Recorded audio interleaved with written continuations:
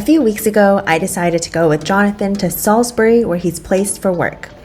The physical distance between Salisbury and Cambridge is not too far, but there are no direct trains. In fact, we have to go into London first, take 3 separate transfers. In total, from door to door, it takes about 4 hours one way. So to make it there for his 9 a.m., we had to be out of the house before 5 a.m. I will admit I dozed in and out on the train and didn't quite get my bearings until much later in the day. So while Jonathan went off to work, I spent the morning working at a cute little cafe in the center of town called Culture Coffee. For lunch, I was in the mood for some noodles. I walked down the main road in town and found a really cute Malaysian restaurant. It had a really nice vibe, and noodles were at least a solid 8 out of 10. After lunch, I made my way over to our hotel for the night. I had a solid 6 hours of back-to-back meetings that day, so unfortunately didn't get much footage. We went out for dinner with some of Jonathan's coworkers once they were done for the day, and promptly called it a night shortly after.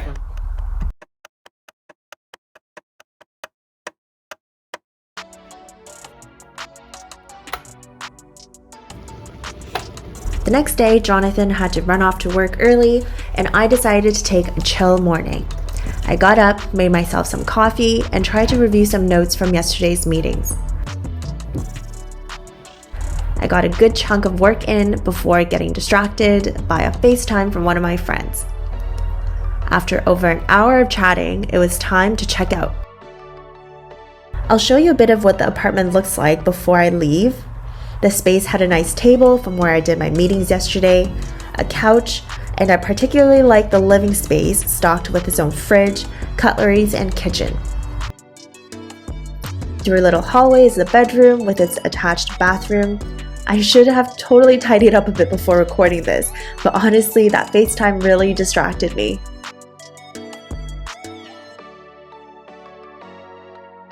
Anyway, I packed my things and proceeded to drop off the key in the Dropbox. It was a bit hard to do with one hand only, but I managed in the end.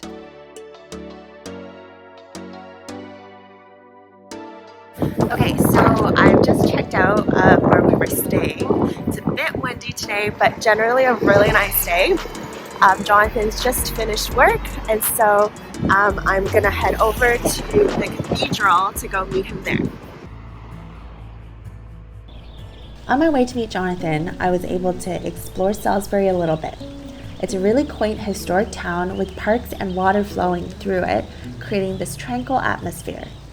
The original site of the city can be found nearby at Old Sarum, an Iron Age hill fort dating back to 600 to 300 BC. Old Sarum is 2 miles north of Salisbury and was occupied by the Romans, Saxons, and Normans over the centuries.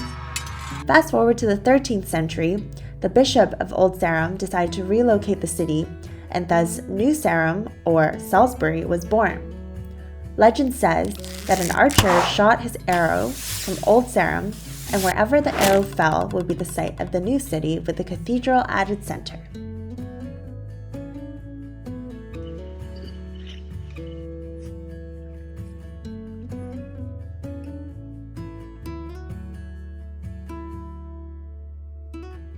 Okay, so we've just got here. I found Jonathan, and we're gonna go look for the entrance and hopefully see what's inside this beautiful, beautiful cathedral.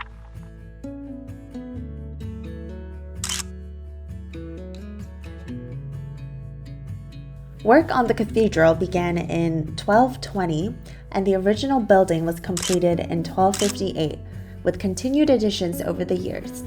Its spire is actually the tallest in the UK and rises to 404 feet, or 123 meters, and its interior is just stunning with the large arches and columns.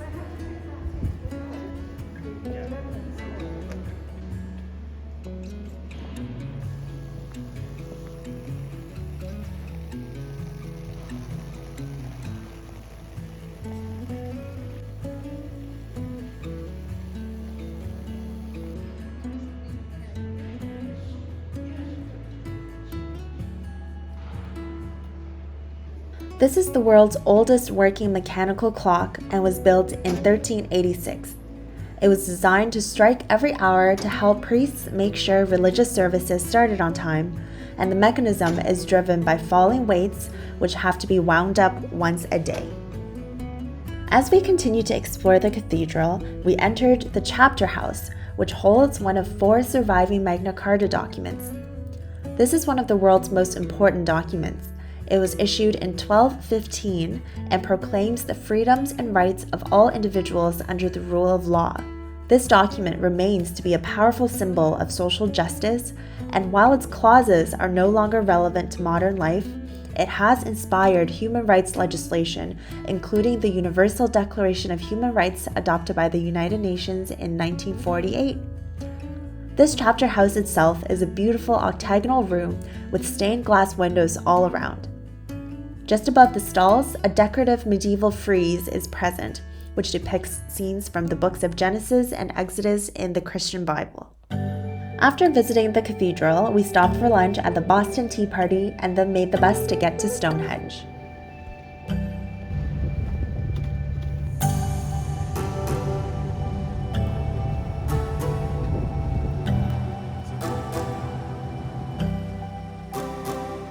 It was a really windy day, and we got off the bus and were a little bit confused because we didn't see any rocks in sight.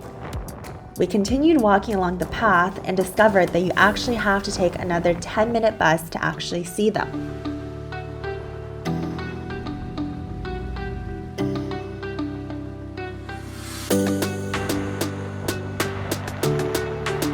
So we decided to walk along this path.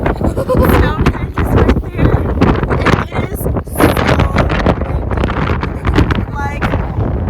so windy.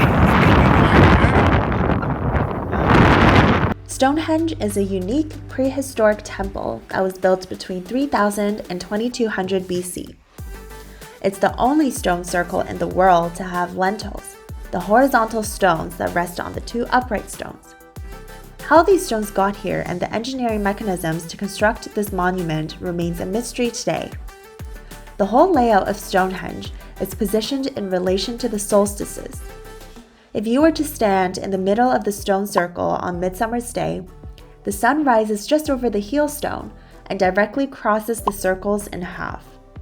On Midwinter's Day, turn 180 degrees to face toward the southwest, and the sun sets between the 2 uprights of the tallest trilithon, the classic formation of the 2 upright stones capped by a horizontal lentil.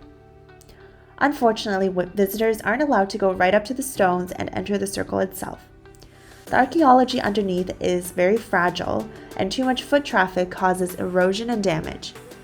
But no matter, for the rest of the time we were soaking in the history and taking some fun pictures.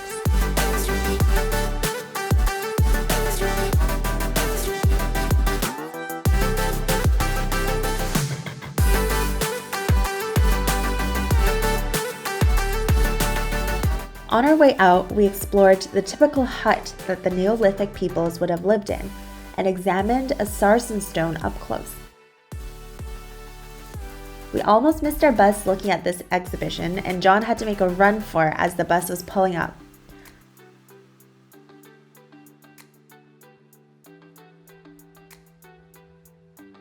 After our visit, we headed back to Salisbury, made our way back into London, and ate a nice meal before heading back to Cambridge.